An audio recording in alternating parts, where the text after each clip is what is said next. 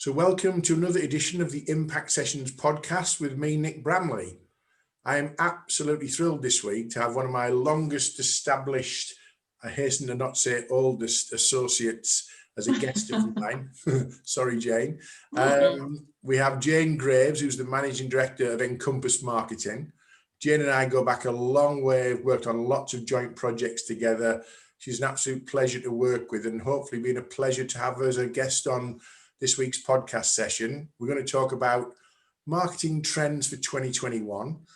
Do we go online? Do we go local? Should we do both? And without further ado, I'd like to introduce you to Jayne Graves. Hi, Jayne. Hi, how are you? Less of the old. No, I said long established. If you listen, Jayne. Long established is a very different. Long established, honey. Long established. Right. Okay. So listen, we're going to go through some questions, some thought processes. Think about, maybe with a crystal ball, what 2021 looks like. It cannot look worse than 2020 for many people. So fingers crossed. But let's start with you. It's fair to say you've had a very interesting and diverse career path. We have known each other probably 20 odd years, but everything that you've done has always had a golden thread of marketing in there in some way, shape or form. And obviously, I'd like to share with us a little bit about kind of what that journey looks like and what's Encompass Marketing, your business, all about. How did you get there and what was the sort of place to get there from? Sure, thank you. It started with, like a lot of people does, with a shed load of studying, French, economics, politics, and then a great big wallop of marketing. So learning my profession. So like you say, marketing's always gone through the whole of my career. And then I was in corporate world for years and years, climbing that ladder, doing all the training in the days when you got loads of training, like we did. And then I threw all of that away and bought my first business at the grand old age of 30, which was a franchise, a sign manufacturing franchise, based in Leeds near the prison. Lovely, lovely location. And really ran that business, built the team, built the sales, built the marketing in the 90s.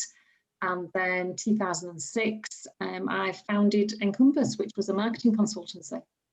And that was really through a desire to help small to medium-sized businesses, and had seen the rocky roads, the things to avoid and the things to do, and wanted to help other people do it. I think some of those you'd seen through personal experience and getting involved in, and as a growing and successful business, you were, I think it's fair to say, Mrs. Signs for Leeds in the 90s. If you wanted to sign manufacturing and installing, you'd be talking to Jayne from Signorama in the 90s. You were really well connected, really well networked. You were on top of your game in terms of getting the message out there. And I guess from those lessons, that's where Encompass came from, is it? In terms of having successfully launched and grown that franchise business itself?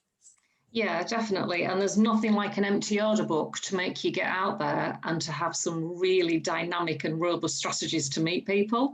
It's very different to being in corporate world, to owning your own business and thinking, right, now where do I start?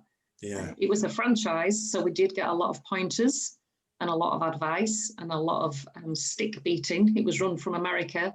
They're very entrepreneurial and they expect huge commitment and huge energy, and that was good. They were new lessons for me to learn and new techniques as well. Okay. It's fair to say a lot's changed since the 90s, not just the advent of online and digital and internet, whatever. Is it better now or easier to attract new customers than it might have been in those days? I think it's easier to get in front of people because you've now got far more routes to market, you've got far more channels. But boy, is it harder to persuade them to come with you because they've got far more choice. They've got far more information, haven't they? Far more knowledge. Yeah. In terms of when they do approach businesses these days, they're probably 2 or 3 steps further down their positive decision-making route than they ever were before, when you had all the knowledge, and in return for that knowledge, you'd share that with them for a fee, as it were. Now they've already made that decision on shortlisting you or whatever. So not easier, not worse, just different. I think different. I think you've got to be sharper at your messaging. You've got to know who you want to target even more now. You've got to have a really clear message and a really clear call to action. Because if it's fuzzy, you know, they say that people interact with you between 3 and 8 seconds. That's it now. That's all you've got. So you've got to be good at what you do. You've got to really know what you're doing. We are time starved, aren't we? And we do skip and flick and swipe left or right if you're using those kind of apps and things. But essentially, we don't have stickability, do we? Unless your message grabs them and is designed for that purpose. So I guess going to the question of online and global versus local, is there still a place for local marketing to, you know, niche areas and geography, would you say? I think so. In fact, I think it's come full circle this year. I've been speaking to a lot of local business owners who have obviously been not moaning, because that's too strong a word, but I've been saying, well, it's okay for the big boys, it's okay for Amazon, we'll just make Amazon richer. When actually, if you stuck to local and had already connected with every local business, whether it was online or offline, you'd have given yourself a really strong base to start off with. Do people value that connectivity then on a localized level more than that? Have they gone away from that a little bit? Do you think that's come back as a result of COVID? I do. I really do. I think for the first time, businesses and buyers are seeing, if you don't support local businesses, they are literally going to disappear, and they are disappearing. So I think the buy local theme, or hashtag buy local as it would be now, is here. It's really strong. And a lot of those local businesses have seen and are capitalising on people's desire to support local business again. I think I work a lot with manufacturers, and I'm passionate about the fact that I hope that what happened at the start of COVID, which was, you know, the supply chain was broken, they couldn't get goods and products in from other, you know, Far East or Eastern European, those who traditionally bought cheap and cheerful were forced into, you know, looking more localized at UK manufacturing for quality, but the price point was going to be a factor. I would hope that they remember that when it all sort of settles down, and the fact that the quality was there, the supply chain was secure, the service was exceptional, and there were no hidden kind of worries. Do you think that's something that a business that works in supply chain could leverage from a marketing point of view, that buy local, buy British, buy, you know, safe supply chain kind of thing? Yeah, definitely. I work with a client whose supply chain was severely disrupted during that period. And I mean, they've rectified it now, but it really has given UK companies an opportunity to sell themselves even harder, to show that reliability has become key. That the price point has gone out of the window, whereas it was always price first, delivery second. Well, the pandemic's changed that, and it really turned it on its head. You can't get your goods no matter what the price is, can you? It doesn't matter what the price is. If they're not making their way on a shipping container from the Far East, it doesn't matter how much you're paying for them if you can't get them, and that affects your manufacturing capability or your distribution or whatever it might be. So, okay. I think also if you buy local or by local, we do mean regional and in the UK as well. Yeah. You don't have the issue of fakes. And obviously you've seen it all over the news. We've seen multiple examples of things that are not actually what they seem. And if you can go and look around the factories, if you can go speak and meet or Zoom, or you've got a far greater chance of buying authentic and buying right and buying reliably. Well, it must be dangerous if you open that container and you've got your fingers crossed that it's actually what you ordered, because you've already paid for it. It's already passed through customs. You've already got, you know, the goods and chattels there. You open it with your fingers crossed that it's exactly as it says on the tin, but very little you can go back to if that's not the case, isn't it, really? So, you know, I think we're banging the same drum, aren't we, really, from a marketing perspective. You know, and it's not about being insular. It's not about, you know, let's cover the B word. Don't buy British because we're coming out of Brexit. Buy British because it's the right thing to do, because it's going to help our economy. It's going to help you as a business. Is there things that we could do better around that? Could a business be better at promoting that? What could they do from a marketing perspective to bang that buy British kind of supply chain drum then, do you think? I think the key, I mean, in years ago, you used to have the Union Jack sticker on things, didn't you? Which was a quality mark, and you know, maybe it's going right back to that. Maybe that kind of, I'm proud, you know, I'm proud to be in this, to be part of this economy, this supply chain. Maybe we do need to be a little bit prouder, shout a little bit louder about what we can offer. From a marketing point of view, it all comes back down to what do your clients want. So if you're in tune with what they want and they're saying to you they want a guaranteed 2-week delivery time, and that's what you're shouting about. Shout about the things that they want to hear. And what they're looking for actively. Yeah, definitely. Yeah, and that goes all the way back full circle to marketing. Step one is find out what your customers want, and what they want now is different to what it was in January. Absolutely. I was going to ask you a question about, is there anything that we used to do that we should be doing more of? And I was thinking more about sort of localized, sort of face-to-face marketing through Zoom and all that kind of stuff. But we didn't do it on Zoom before. But I'm thinking now we've already covered a little bit of that. You know, go back to the basics of being proud of what we deliver to the right audience. You know, because of digital and because of global, we've probably stepped a little bit away from that. The world becomes a big sort of interesting place, and you lose your place in there if your marketing's not right. You're just a very small fish in a very large pond if you're not careful, aren't you? Yeah, definitely. And the old adage was there was always enough business for you within a 10-mile radius of where you were based, and that was very 80s and 90s. But I think that has really come back into people's thinking now, and you can see local networking on Zoom and local within sectors like manufacturing. They're actually getting back together.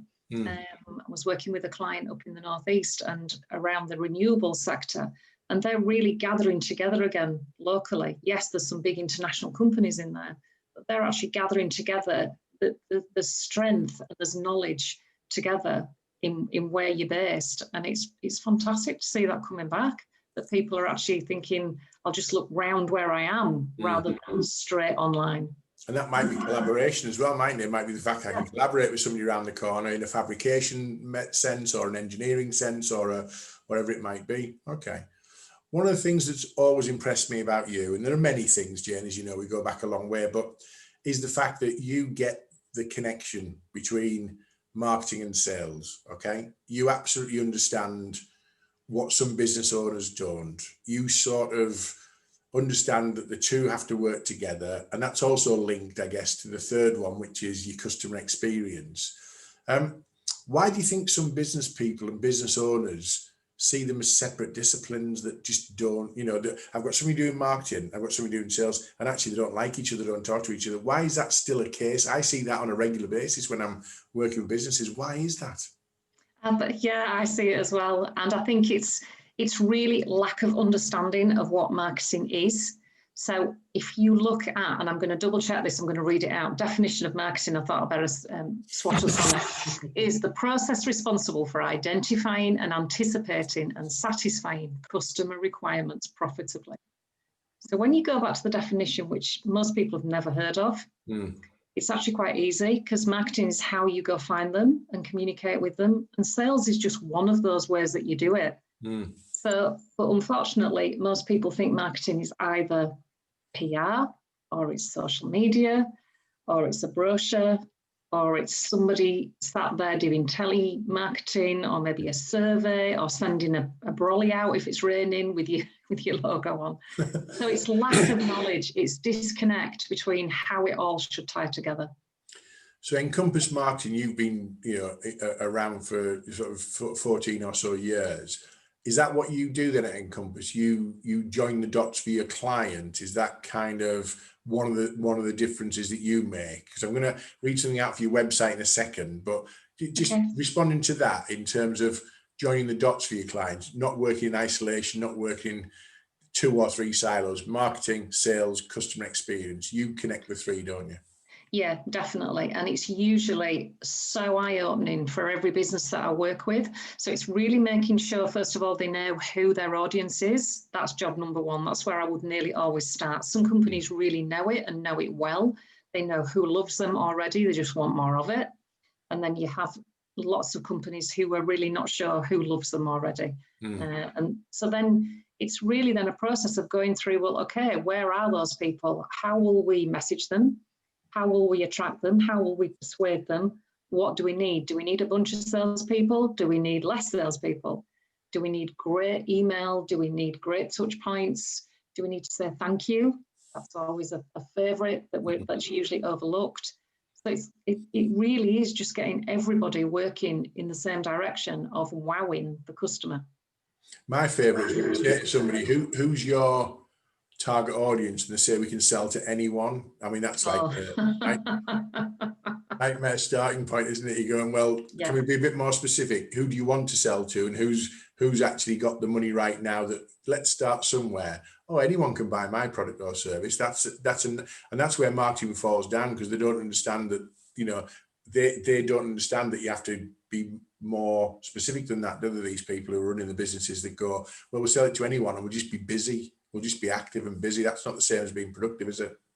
No, not at all. And usually they waste an absolute ton of money when they do that as well, because they'll throw money into specific marketing ideas or campaigns. It's kind of like they go squirreling off because they hear a good idea.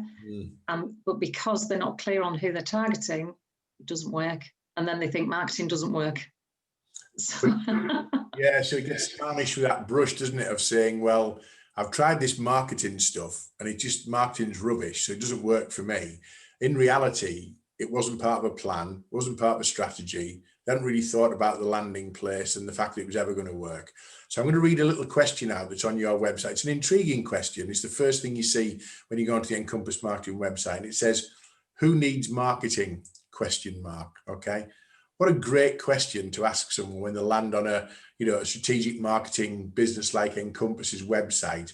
Who needs marketing? So what do you say to people if they think they don't need it, or they're unsure, or, I don't know, do I need marketing? When you get that vague answer to that question, how do you deal with that then, Jayne, at Encompass? It's really a series of questions. The first one is, what level of business are you looking for? What are you trying to achieve in your business this year, next year, the year ahead? Most people look 3 years ahead, but the pandemic's definitely got rid of that thinking at the moment. 3 weeks ahead if you're lucky. Yeah, 3 weeks if you're lucky. And also, what aren't you achieving that you want to achieve in your business? Those 3 questions, they usually flush that out in terms of there's things that are missing, there's things they want to do more of, there's things, they always have a long list of things they want to do less of. Which is fine. That's, that sounding board's part of the process. And then it's usually, well, let's redefine what marketing is, because it's not usually what you think it is. So when they're engaging someone like you, you're a sort of a board level, senior, experienced professional. Does that mean that you're working with organizations who've already got a marketing function, or they've got someone who has got marketing in their title, or there's a desire to grow and they don't know where to start, so they bring an external expert? When do you usually get involved with a business, Jayne? When's the best sort of time for someone to be thinking about that expertise piece? They rarely have a marketing team within the business. They're more likely to have a business development team, and they're maybe not performing, or they're thinking about doing some marketing and they don't know how to start, or they've done marketing before and it's failed in their eyes. But usually it's around growth. It's usually around they're wanting numbers, either revenue or profit, or they're wanting to reach more people, they're wanting to raise their profile. It used to be, we've got a brand to launch. You don't see much of that these days. So that's kind of gone. But it's around numbers that they want to achieve. So given where we are, as we record this, we're at the sort of end of November. I don't know where that's gone. Despite this year being what it is, it seems to have gone quickly. We're at the end of November. It's a classic time. You and I talk about it a lot, don't we, in terms of planning for next year, but don't plan for next year in January. You'll already lose January, won't you? So plan for it now. Should people be engaging expertise right now to kickstart 2021, whatever 2021 might look like?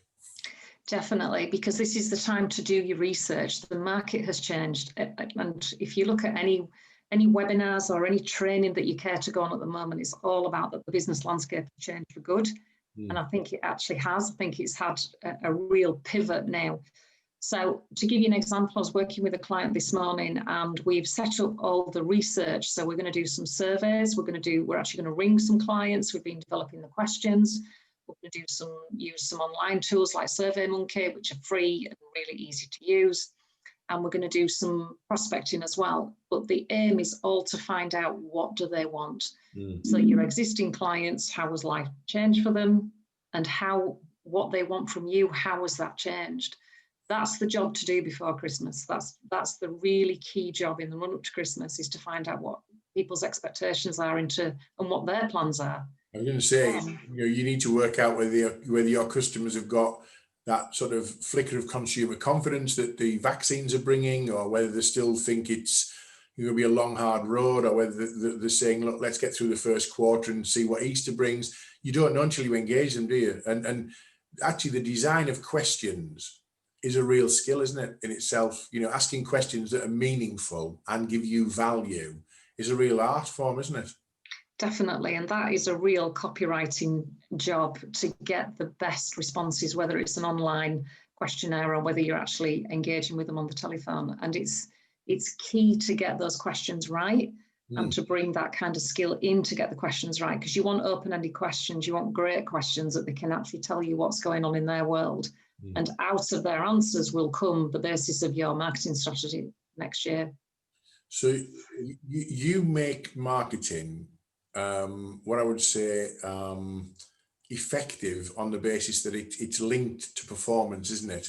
A lot of businesses don't link it to performance. They link it to some kind of fluffiness over here, that we've got a marketing department that creates some lovely looking stuff and, send that out, and that's what they do. When you've worked with a business where they've actually got it, understood it, and linked the marketing strategy and approach to performance, give us an example perhaps of where, what that's done for a business, where they've actually engaged, embraced, and got it, and then just action plan what you've gone through with them. Okay, I'll give you an example. A client, it was actually a signage client that I worked with about 4 or 5 years ago. Obviously, I've come from a signage background myself. His business was really struggling.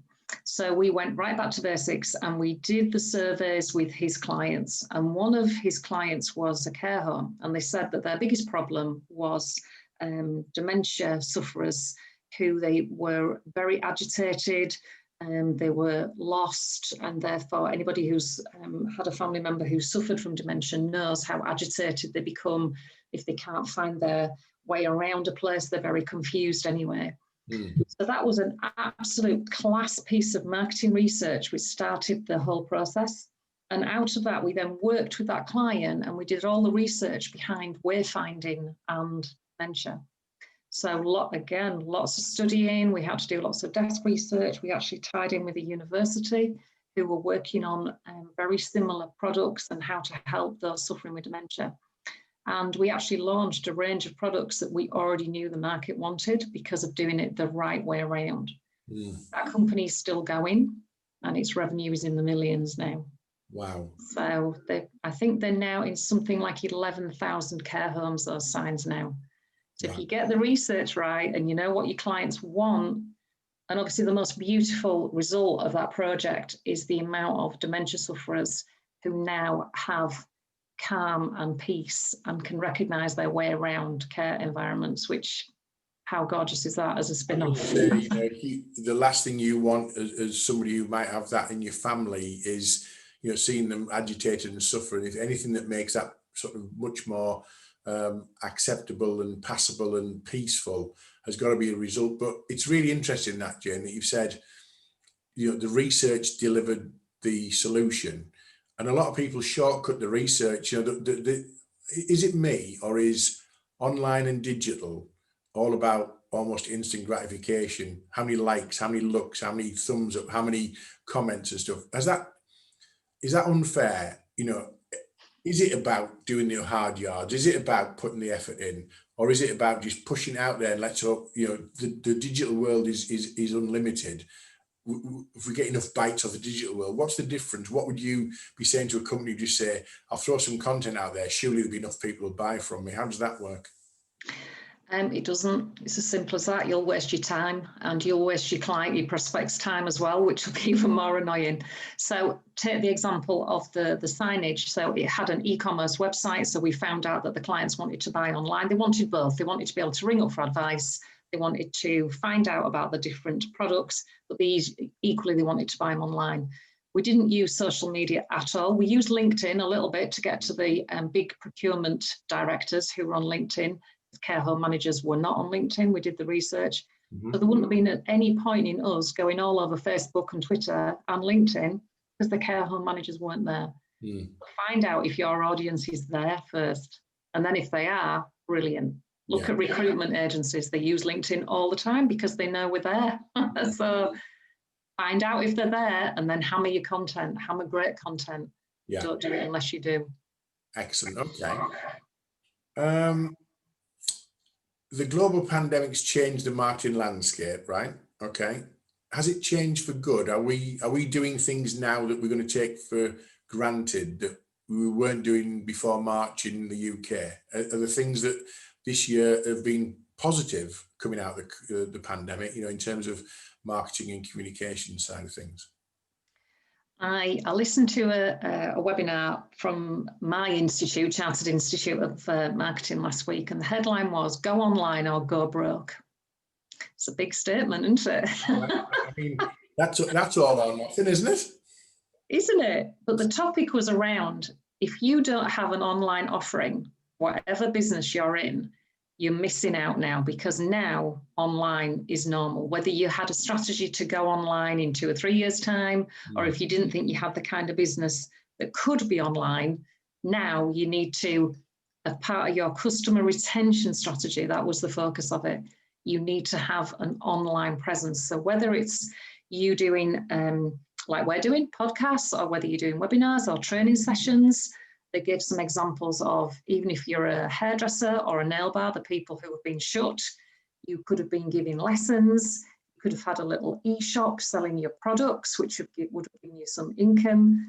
There is now an online strand to your business that must be there. And it was very blunt, but it was very thought-provoking, because I think if you do have an online presence, you would have been in a better shape probably because of the pandemic. So that's one of the biggest questions that people are facing now. What should be online? How do I go online? What's relevant?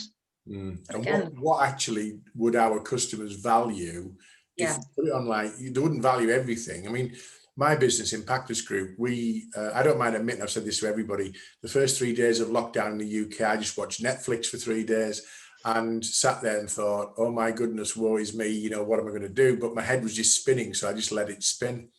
And I've been looking to write an online sales academy for years, which never had the time. I had nothing but time in March and April. So I wrote that, launched that, and it's no coincidence that that platform I put together in May, my business is now, I class myself as a bit of a Zoom ninja or a webinar master, because I spend my day sat on a chair talking to people on Zoom and whatever, doing webinars and online sales academy content. But I wouldn't have done that without the pandemic, because I think I'd have always been busy, wouldn't I? So there are some good things come out of this from a marketing point of view. You just got to know which ones to embrace, I guess. I think that's it. And I think also your customers will give you some of that knowledge as well. Again, engaging with them, talking to them and finding out what they would like, what they would find useful is going to give you some really big hints for your online strategy. Even if it's just bringing your business to life. So more videos, I think that's one of the key things that people are taking on board and that we've got to look at for 2021. Bring your business to life. People still love dealing with people, don't they? We see that all the time. So bring your business to life, use video, embrace it. We've all had to learn Zoom. We've all had to see ourselves, looking back at ourselves, haven't we? It's just the new norm. So I think adding life and dimension to your business, at least, not everybody needs a full e-commerce operation, but they certainly need to embrace new technology now. Well, I would say we're all Zoom confident now, aren't we? So, I record this podcast, used to be done in the studio, now it's done on Zoom for obvious reasons of accessibility. And I've said to many of my clients, film a short 1-minute intro video for your website, but do it on Zoom. No one's bothered about production values. Nobody's bothered. As long as the lighting's okay and you don't look like you're a complete amateur, practice it, have a go, have a little dig, try something out. So I do think there's some good things come out of it. The bit that frustrates me a little bit is I've got a little question about working from home, and I've put here, it might be untrue, more people seem to have a little bit more time to try things out for themselves. Certainly business owners, they've got a little bit more of that time, me time, thinking time, whatever. That includes marketing. So have you seen things this year that you think to yourself, really, just because you've read it on the internet doesn't mean you should be doing it? What are the things that you've seen that you're thinking, honestly, why have you done that? I've seen tons of guaranteed, in inverted commas, lead generators. And I have seen and have seen clients who have been stung by people who guarantee to generate you leads on LinkedIn, guarantee to generate you leads on Facebook, and obviously TikTok as well. All the new platforms, because TikTok's exploded this year, hasn't it? Yeah. So lead generators, and boy, they're still going, they're still out there, and I'm not saying there aren't some good ones out there, but the internet is awash with promises of people generating new leads and new clients. The ones I get are full of spelling mistakes. They send you a LinkedIn post full of spelling mistakes. You think to yourself, well, if you can't get the spelling right in the enticement, what chance have you got for working with me where I've got standards and things? So yeah, lead generation. I must be getting the same connection requests as you, Jayne. The 3 a week, aren't there, from people? And the word guaranteed's always got stars around it, or that kind of thing, hasn't it? Really, nothing's guaranteed. SEO people as well. Get your website. Oh, yeah. Absolutely loads of SEO. I think the lead generator as well, the worst one that I saw is that a client, they had passed their prospect list to this person. Oh. And the lead generator, because they were so bad, burned that list. Wow. They tried to connect with them on LinkedIn without any introduction or any technique or, any warm-up or any persuasion content or, nothing to back it up, and no strategy. Just went straight in for the jugular and burned that whole opportunity. So get some help from a professional, Jayne. I think that's what you said. It's like anything, isn't it? You do something on the cheap, you're probably going to buy twice, aren't you? You're better off investing in advice. One of the things I say about people who are, highly skilled and highly qualified like yourself in marketing is they wouldn't skimp on the legal fees, they wouldn't skimp on their accountancy fees, they wouldn't skimp on the financial services, financial advisory, tax planning fees. So why do you think they could skimp on marketing, which is going to have, if not a bigger impact than all of those other services into a business? Why do people still think, I can do it myself or I can do it cheaply? Why is that still the case? Why is marketing not at the front, not at the board table as much as it should be? I think traditionally it's had the reputation of being too fluffy and not measurable. And I think that reputation hopefully is now receding a little bit, but every single part of marketing is and should be measuring. It should be measurable, and anybody who's not measuring it or doesn't know how to measure it means they shouldn't be doing it, because it should be all about numbers. Everything's about numbers. We've met those people who are doing it without any, and they actually don't want to be measured because they know they're not delivering, don't they? Some of these people who are, they've got the word marketing in the title, but they're not delivering it. So they don't. If you start measuring me, I won't be here much longer than another month or two, will I? So on that basis, we have indeed seen a lot of them. We have. So let's assume I'm a business owner right now, coming up towards the end of November, beginning of December, and I'm thinking about 2021 marketing strategy. What kind of things should I be considering? You've mentioned a few times about talk to your existing customers, get some research into what you already do well. So that's important. What should I be doing more of? What should I avoid? What should I avoid just diving into, which a lot of people are divers, aren't they? They see something that's like a shiny, some object over there for a jackdaw, and they dive in. So what should I be doing more of? What should I be avoiding, do you think? Okay, definitely, like we've said, finding out what your clients want, finding out what your prospects want is harder. So testing and measuring, everything to kickstart should all be about, right, let's do some tests. We don't know about this. Let's do a little bit of test and measuring. Let's get a plan in place, find out what our market wants. It can be hard to do that. What you can't do is just start to what I call broadcasting. Don't start bladding on about just what you do, because it's so boring. If you're writing content, it should be into 3 chunks. It should be a little bit about you, a little bit about your clients, and a little bit about the marketplace and the industry that they're. Don't just start broadcasting, because they will literally unsubscribe, they'll stop following you, they'll just be deleting if you're sending them emails. So really talking about yourself a lot is incredibly boring. So you need the plan to find out what are they going to find interesting, what's going on in their industry, what's going on in their world, and talk about that and how you can add value. The second thing is all around value. Everybody wants more now. So what can your business do now? How can it reinvent itself by adding extra value into its offerings, and which of those are going to appeal to clients? So it's graft. It's really about graft at the beginning of any marketing strategy, of answering all those questions. And there's no easy answers to them. There's never an easy answer.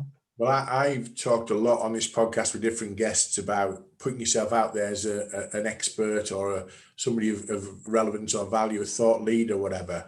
You don't get to that exalted position without putting the effort in, do you? Without making sure you know the industry, that you are referencing the industry, that you are, building a body of work that supports your positioning in that industry. So there's no real quick wins. There might be a quick win on a fortuitous campaign, the PPE Wild West in March. If you were in the right place at the right time, you might have made a bit of a killing on the PPE front, particularly if you were a friend of any ministers in the government. You might have got a contract sent your way. But other than that, there's no real quick wins, is there? There's no substitute for putting the effort in, putting the graft in, but then linking it to the deliverables and the money and the figures.